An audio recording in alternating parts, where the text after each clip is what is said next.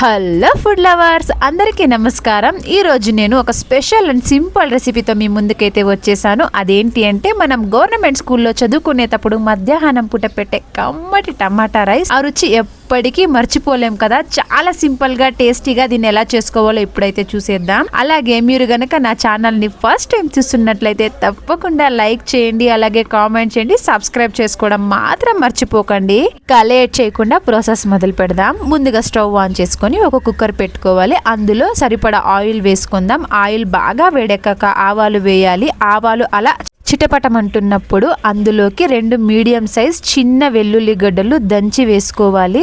తర్వాత కరివేపాకు, ఒక 7-8 ఎండుమిర్చి, ఇప్పుడు ఎండుమిరపకాయలు కూడా వేసుకొని బాగా ఫ్రై చేసుకోవాలి. ఇప్పుడు మీడియం సైజ్ 2 ఉల్లిపాయలు సన్నగా కట్ చేసుకొని ఉప్పు వేసుకొని ఫ్రై చేసుకుంటే ఆనియన్స్ అనేది తొందరగా కుక్ అయిపోతాయి. ఆనియన్స్ అంతా వేగిపోయిన తర్వాత ఒక 1/2 టీ స్పూన్ జీలకర్ర వేసుకొని ఇవంతా బాగా ఫ్రై చేసుకోండి.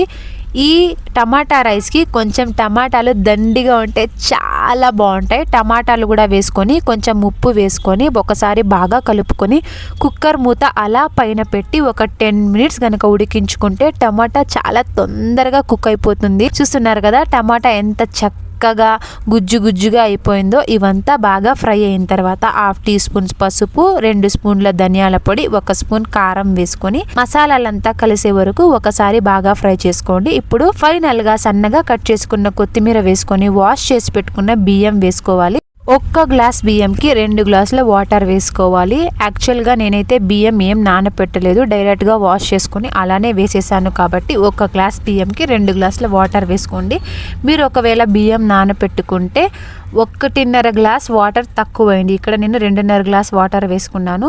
మీరు యాక్చువల్గా వేసేదానికన్నా 1 గ్లాస్ 1.5 గ్లాస్ తక్కువ వేసుకోండి. ఇప్పుడు కుక్కర్ మూత పెట్టుకొని 2 విజిల్స్ వచ్చిన తర్వాత ఒక 10 నిమిషాలు అలా రెస్ట్ ఇవ్వండి. తర్వాత ఓపెన్ చేసి మన గవర్నమెంట్ స్కూల్లో పెట్టే టేస్టీ టమాటా రైస్ అయితే రెడీ అయిపోతుంది. నాకు ఈ రెసిపీ తింటున్న సేపు నా చిన్ననాటి జ్ఞాపకాలే గుర్తొచ్చాయి. కానీ ఇప్పుడు స్కూల్కి వెళ్ళాలంటే కుదరదు కదా. ఎవరెవరైతే గవర్నమెంట్ స్కూల్లో చదివింటారో వాళ్ళకి తప్పకుండా ఈ టమాటా రైస్ అయితే తప్పకుండా గుర్తుంటుంది. ఎందుకంటే మేమంతా గవర్నమెంట్ స్కూల్లోనే చదివాము.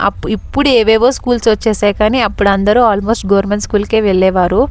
మీకు గనక ఈ రెసిపీ నచ్చినట్లయితే తప్పకుండా మీ ఫ్రెండ్స్ అండ్ ఫ్యామిలీతో షేర్ చేసి మరిన్ని ఇలాంటి సింపుల్ రెసిపీస్ కోసం అయితే మన ఛానల్ అయితే సబ్స్క్రైబ్ చేసుకోండి. అలాగే మీలో ఎవరైనా ఈ వీడియో చూసేటప్పుడు గవర్నమెంట్ స్కూల్లో ఎవరెవరైతే చదువుకుంటారో వాళ్ళైతే తప్పకుండా కామెంట్ చేయండి. Thank you for watching this video. Thank you so much అండి.